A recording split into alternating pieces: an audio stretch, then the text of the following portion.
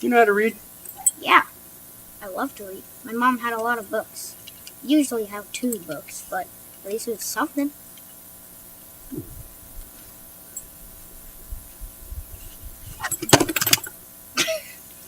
Damn.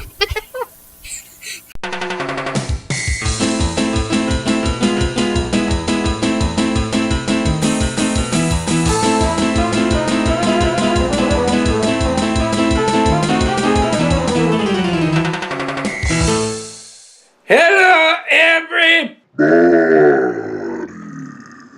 and welcome to the diaries. Well, today is February the 10th. It's Sunday, and it is gorgeous outside. Absolutely beautiful. It's in the mid-70s. There's not a cloud in the sky.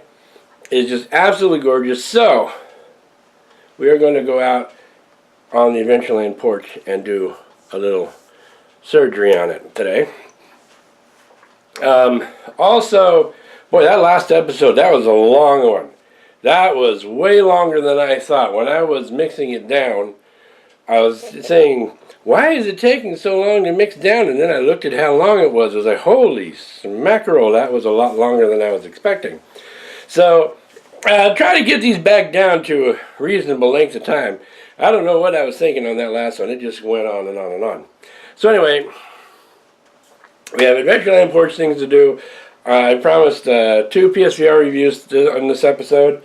I do have a shoot coming up, and I am going to be working. Now, I don't know if you can see them over here. I'll back up slowly. Okay. I have these fountains here that I have had for quite a while, and they're really cool. But prior to the reconstruction of Darkslade Manor, they have been sitting doing nothing for about a year, maybe longer, about 2 years almost. So we're going to work on those and clean them up and see if we can't get them all running. There's 5 of them, I think. I lied, there's 4 of them. I'd like to think there was 5 of them, I guess, but there's 4 of them. So we have that to take care of. Speaking of fountains, the fountains on the Adventureland Porch have to be cleaned up, and we have to get that all working and running again. So, with all those things in mind, and without any further ado, and without planning to make this episode 40 minutes long, let's get going! With this baseball game on, Diamondbacks preseason game, and we're all happy to see that. So, we're out in the Adventureland Porch, and if you look down here, whoops, sorry about that, you see there's a lot of junk sitting out here from other projects and from when the water heater in the upper floors went kablooey. So, we're going to straighten this out first, and then we'll get to the important stuff. Alright, so as you walk in about 4 outside, the pump has got a little bit of mineral deposit on it. The hose, which is right here, does not wish to stay inside the pump. So I'm going to have to take the hot glue gun and kind of secure it in place. There. So like so, then I can fill this up and we can run it and see if it'll run. I have a feeling, well, it's been winter, so maybe no carpenter bees got in here, but this is probably plugged up. So I'll have to blow that out. I'm going to do that with the camera off because the last time I did it, water came out shit on my face. I don't know if you can see, but there's a splash on the side of my head. Yeah, the hose had water. Well, we got her running again. I had to move it a little bit. Had to do a little adjustment. I'll tell you in just a second. And this one's all good. But this one, I was adjusting the front leg, and I accidentally made this thing actually a little higher at the wrong end. So the water was coming out and backsplashing into here and leaking out the back. So I had to do some finagling with it, but it's working now. And I got to redo these plants, man. I think I need to get some new ones. These have seen better days. But that part's done. Okay, the next part of this fiasco revolves around the 2 tiki torches. Now, here in this wonderful place, obviously we can't have flames leaping up from the Adventureland porch. But what I do have is I'd have 2 lights that represent, or they replicate, like torch flame. I don't mean it's just a flashing light. I mean it looks like flames flickering up. So what I need to do is I need to design 2 short torches that will go here and here across the table, that will come in a little bit. We'll have an electric socket at the top. It'll be wrapped around with like reed or something like that, and then these will be sticking out the top, and then when they're on at night it will look like torch flames. Now it's not going to be perfect because the light itself is a white, it's like a white glass type thing. It's plastic actually, but it'll represent. I'll get the point across. So that's the next thing going on out here in the Adventureland Porch. Okay, so I went to Home Depot and I bought 2 extension cords. Now I have 75 extension cords, all in use. Why would I want more extension cords? I'll show you. I bought 2 porcelain sockets. These are upside down. Here we go. 2 porcelain sockets. And then I bought 2 tiki torches. Now here, we cannot have flamage, as I told you earlier. No flamage. But what I'm going to do is I'm going to turn these into electrical fake flamages.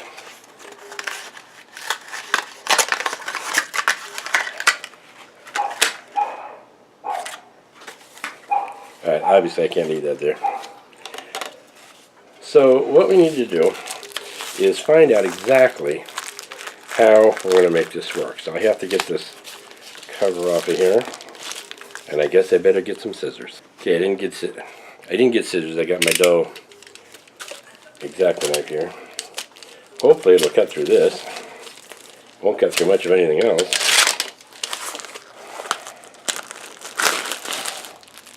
Yay. Now, these have a container inside of them. Come right out. You can see. And then we have this. Now, in the best world, I should be able to take the top off of this and mount the socket into here. Then slide this in. That would be in the best world. Best world doesn't happen that often. So the other thing we can do is I can take this and I can make a little wooden mount for it. Since wood is a lousy conductor of electricity, unless you happen to be a lightning bolt, and we could do it that way. What is that? Oh, it's the shut 'em up thing. Goes on the top to put the light. See what? Flame. Oh, God. This is made out of wood, and you put out a flame with it. So, I'm thinking what I will do is I will use some of my hobby wood to make a little mount for this. We'll put the fixture in there, run the cable down. How far can we go? Well, we can go down to the first spot here, or I can just pull it out over the side. Either way, it would be nice if this thing was hollow, but it's rattan, as you can see, and so each one of these points is going to be blocked off. So I could put a hole through here, but this is kind of cracked. I'm also going to have to rewrap it. I'll use some jute and wrap it. But I think I'll run the cord down the side and just wrap that with jute, and we should be good to go. Alright, so this is how I did this. Here's the top of the torch, and I have going through here, I have 2 pieces of wood, light, sugar pine, stacked on top of each other, make sure it's strong. Well, strong enough for what I need it for. The ends stick out through here. I'm going to glue those in place and cut the ends off. And then the light and the fixture will drop right in there and stop at those cross pieces. The cord will drop down from here. I'm going to just run it out the side somewhere and use juke to seal it down. And that should work. If anything, maybe I can get one done tonight. Let's find out. Okay, so I have the one in there. Yeah, it's on, and it's at night it'll look better because you won't see that bright white thing around it, but it does the job. There's the cord runs down there, and it's really not that noticeable.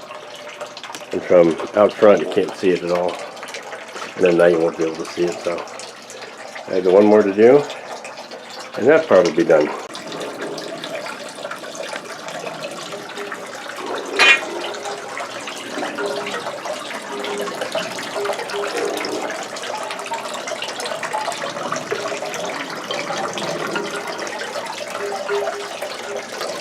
Today is Sunday, March 17th, and in a couple of weeks I have a shoot for Weeblefester 5 with some extras. And it requires the Weeblefester prop and the Weeblefester prop table, which I have not built yet. So I gotta get out there and do that. So I'm gonna run to the hardware store and see if I can get a saw blade for my Dremel so I can cut through that table without having to for hours on end. And then we'll get to it. Now here's the bottom of the table. You can see the way that it unfolds. It has two that unfold one way and two that unfold the other. Now, the mistake that was made on the other table later, when it broke, was because you have the hole going, so the person goes through this way. And that causes the legs to try to buckle, and they will. And then this little weld here, which is not very strong, will break off. So we want it, so when they go through this way. Then they have the support of the whole system rather than the hinged end of it. So it's less likely to move left and right than it is to move up and down like that. And one at 13 inches right here. And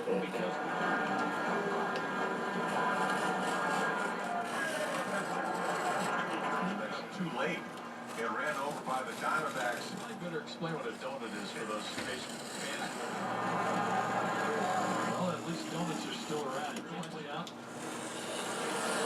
The stretch. Pitched it. He hit there, and he got the call. Outside corner fastball.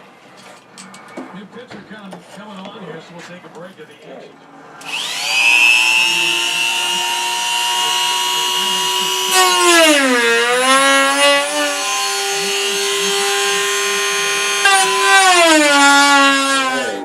Yep.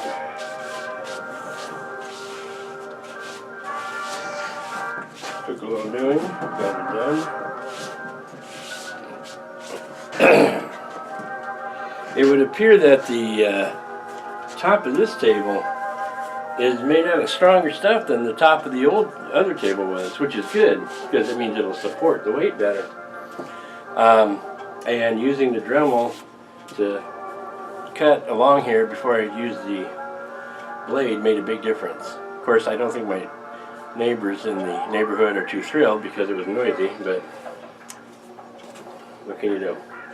So what I have to do is take the old green cover that was on the other table, put it on here, kind of recut it, and I have to put the foam over here so when people use this thing they don't, it's more comfortable for them.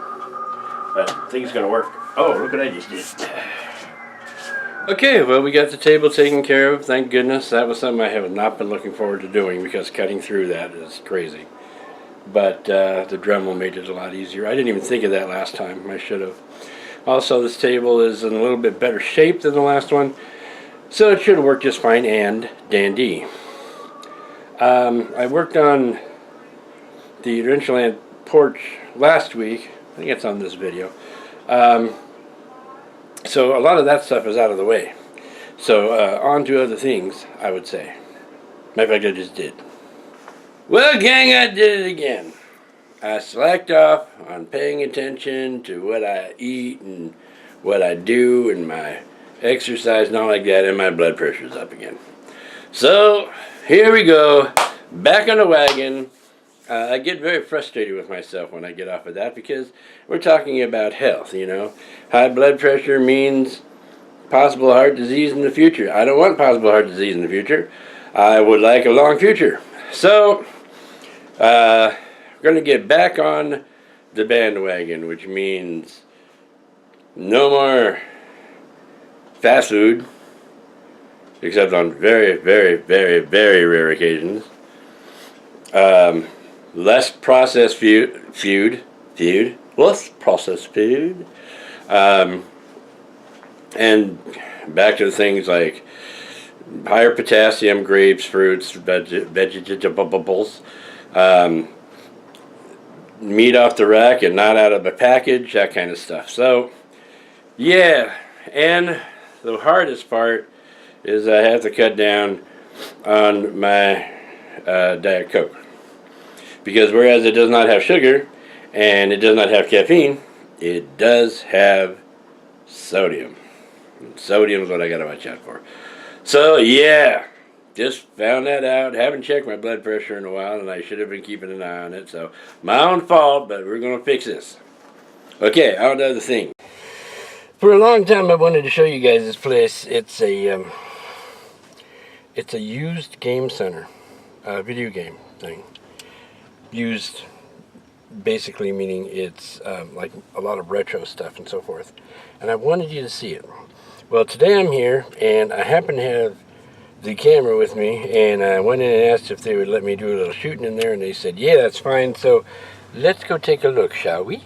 Okay, this is a place. It's called Fallout Games.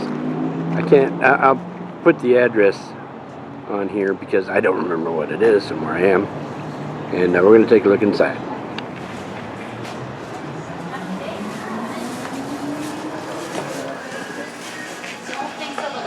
So we have every conceivable game magazine here. Then we go Wii, 360, Xbox One, Sorry about that. PS4, I do, but honestly, that's one PS3, games that we just get asked for. Just check in every once in a while, and if the you call us, rare stuff that nobody has the right to own. Have a good day. More of the rare stuff. XE games. I recognize two of those because I think I saw them here.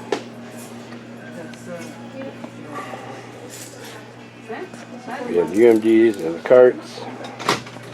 And the person who is working here today. Hi! Who said we could do this. So if I get in trouble, I'll say, she said I could do it. My fault. Totally. You blame me. Totally.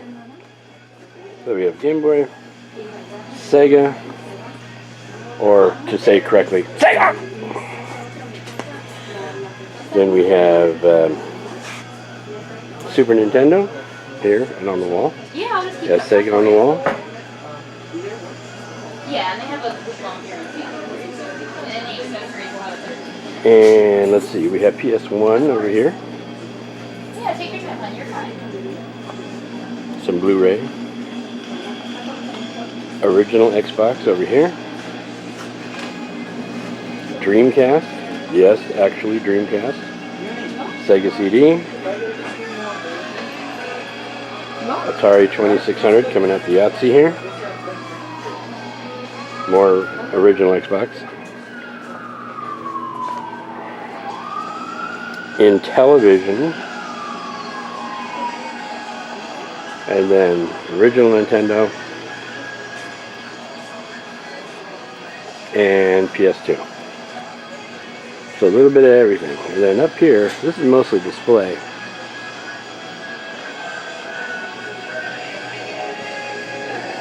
A lot of the original packaging.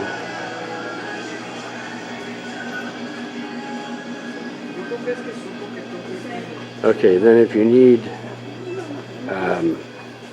peripherals, cables, headsets, microphones. I got my VR stand here, as a matter of fact. Power supplies. More cables. Controllers. Oh, original Sega. I didn't see that over there.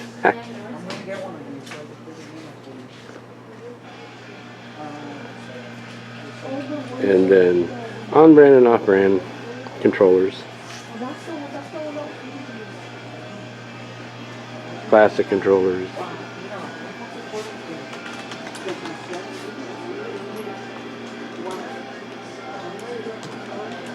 So pretty much anything you need in the gaming world you can get here. With the exception of current releases. And sometimes you can even do that. Then we have the game machines themselves, the consoles here. They had a TurboGrafx in here a while back, but it looks like it may be gone.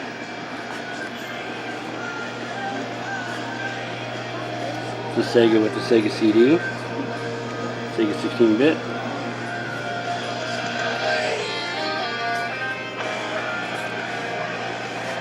Oh my god, the stand for that stupid Nintendo robot which never worked.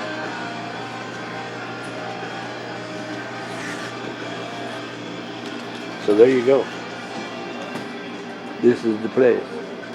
And I don't remember the address. And I don't remember the address. The address is... I don't remember the address either. I don't know how I got... No, just... How do you even work here if you don't know what the address is? I don't live around here. Oh. And GPS, honestly. So this location is actually going to be 1384 North Tatum Boulevard, Phoenix, Arizona, 85032. And I will post that on the screen so you can see it. Because I know half of you who watch this forget what was just spoken to you, so I didn't say that. Thank you for that information. Of course. So yeah, this is it. Fallout games. If you live in the area, as I know some of you do, and you're looking for gaming peripherals, equipment, old games, retro gaming, or looking for a new system, because they also have the these gamers tech things, which are supposed to be just amazing, but I wouldn't know. And this is the place to go. Alright, off to other things. When we went out today, and I stopped at Fallout Games, I bought a game for my daughter. Now she's yelling at us. Mission completed.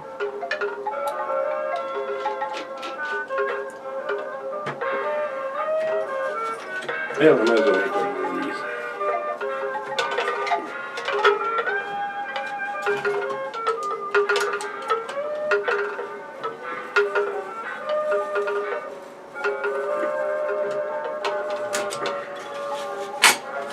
Ooh. I'm not the straightest cat in the world. I put scratches in my top here. Best part about these little pieces of wood is I can just throw them into my garden. Now when you cut balsa, you gotta be careful because you don't want to crush it, or it will not make a flat surface. And it might break off. That's coming through here. So we want to be careful when we cut it.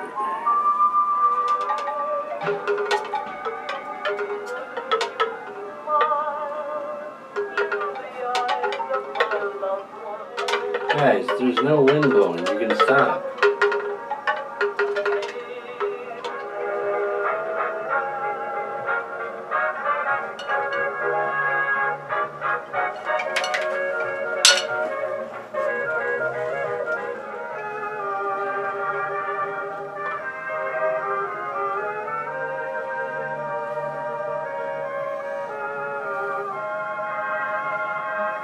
Well, here it is so far.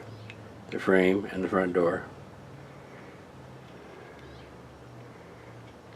And I'm going to paint it like painting a house. So it'll be painted after it's done. But as I said last episode, I did not have time to go over and do the PSVR reviews because I had a lot going on, and I said that this week I would do 2.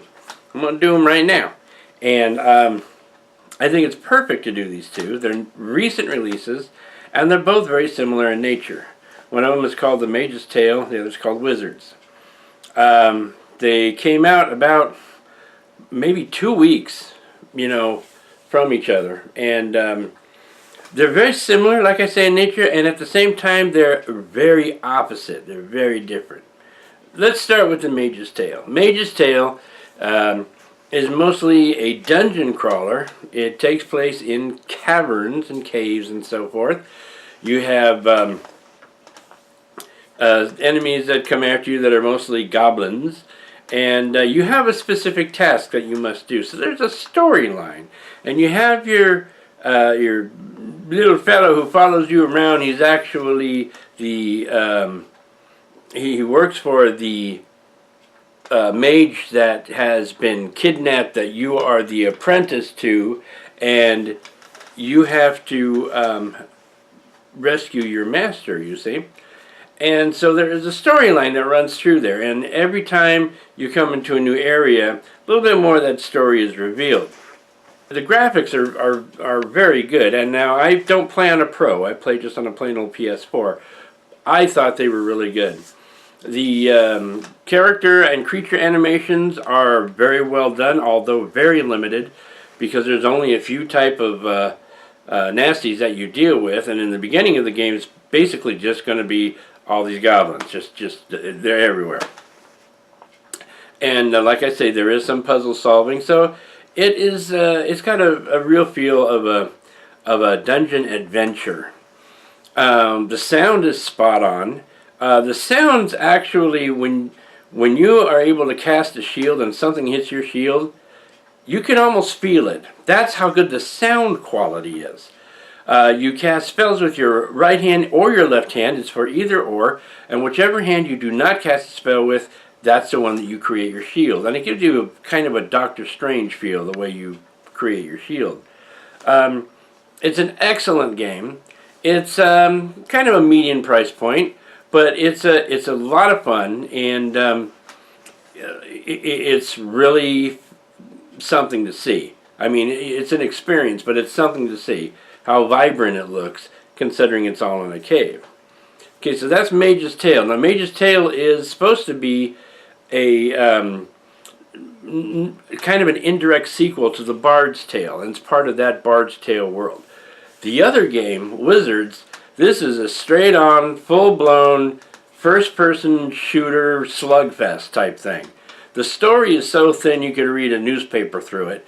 It's the basically spellcasting, getting rid of creatures that are in your way, solving simple puzzles, and it's just an A to B type thing. You were an apprentice of this wizard, but this time you're not an apprentice. This time you've got some power. And so you have his home.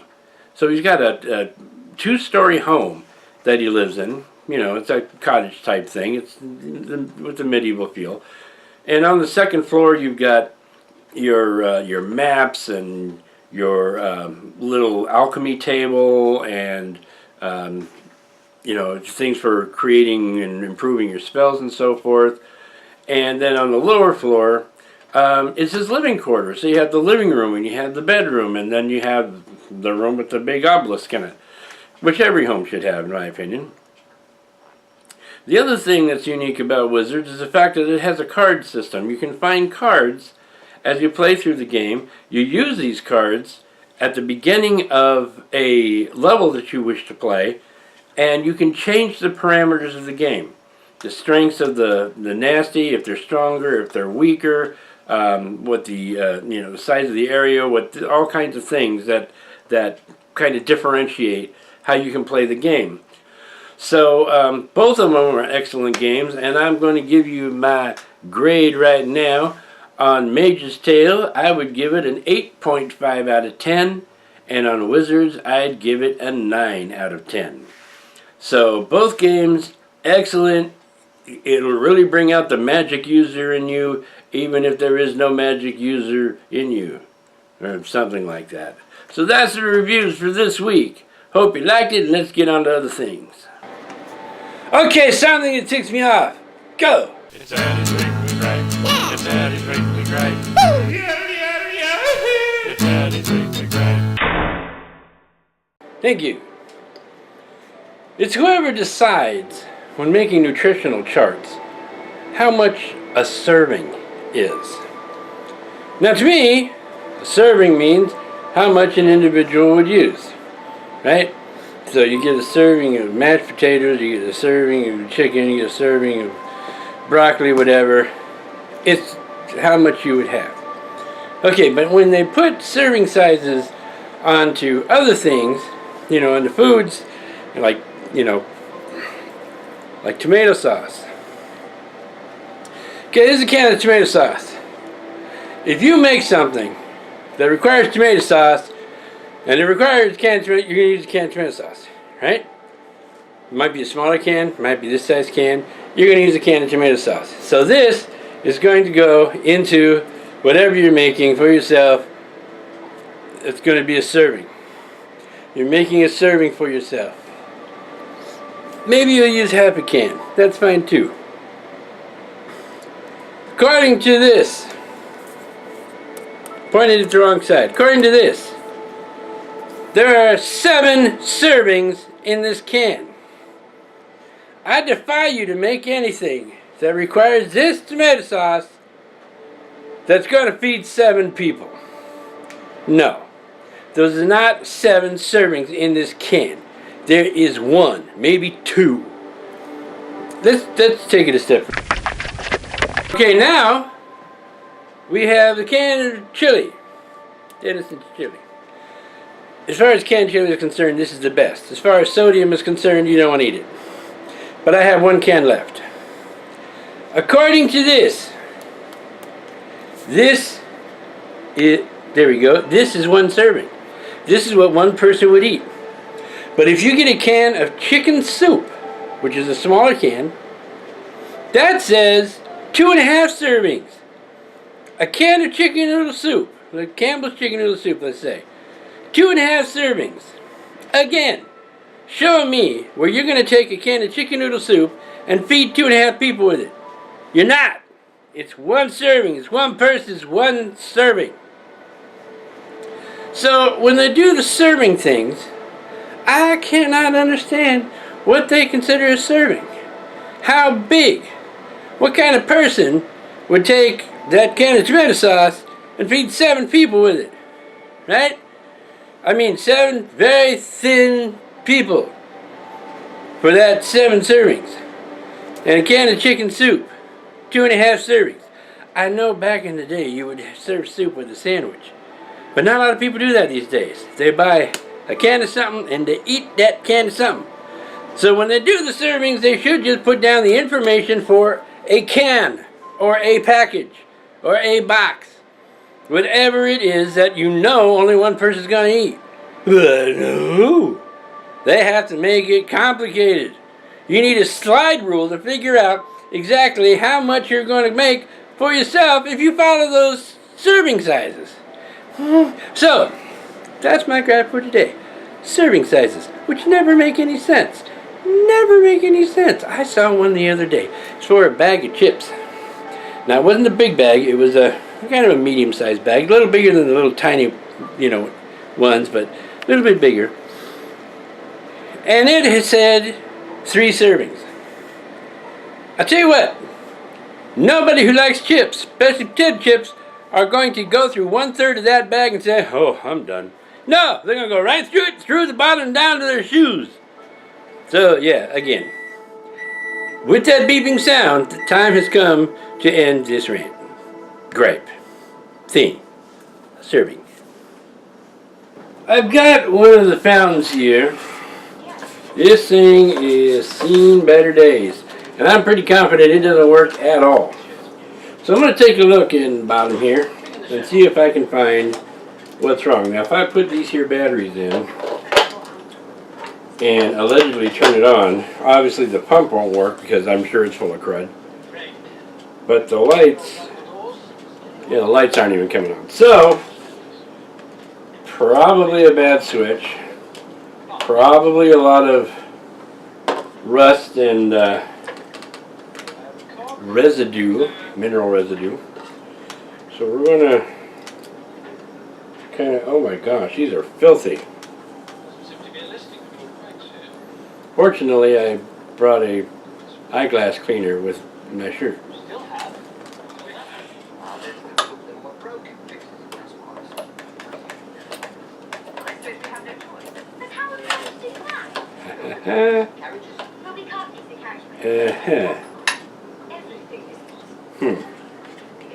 This may be a little trickier than I expected. The problem with little things like this, little fountains like this, is they're not really designed to be repaired. They're designed to be thrown away when they stop working. So, fixing them is a little bit of a trick. Haven't got a way to clear this. Now I use the WD-40, and there's the connections right there.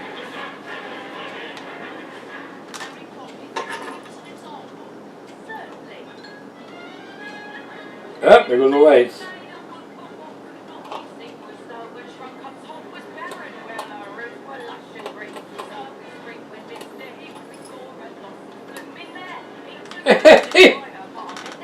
We may have success here. Yeah, you can tell. All right.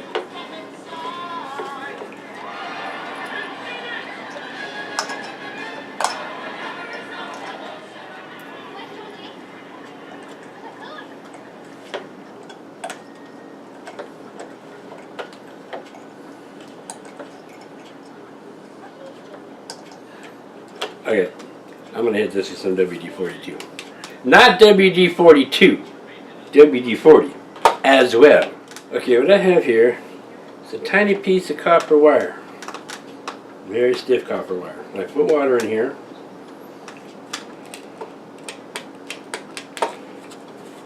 And I'm going to drop this down in each of these holes the water's supposed to come out of. Hopefully clear the way.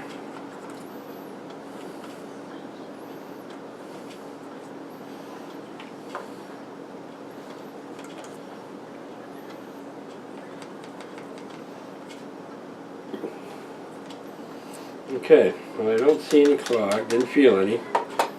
So here we go. Ready? Ah! Look at that!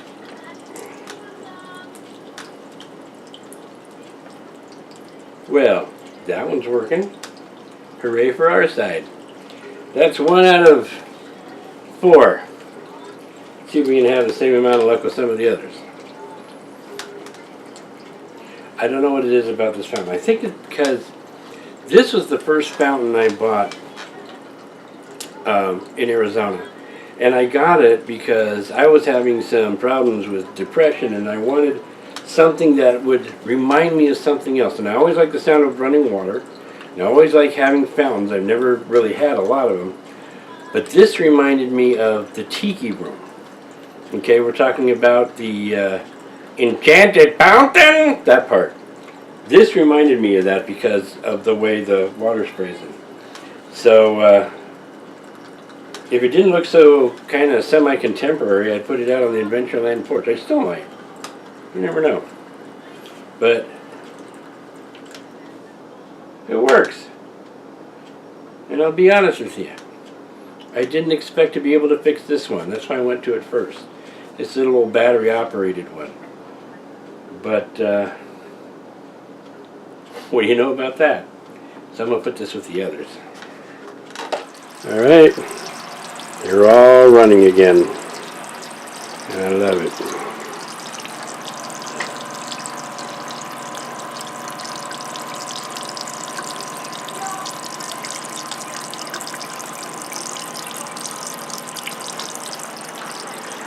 Actually, the top of this thing is supposed to glow blue.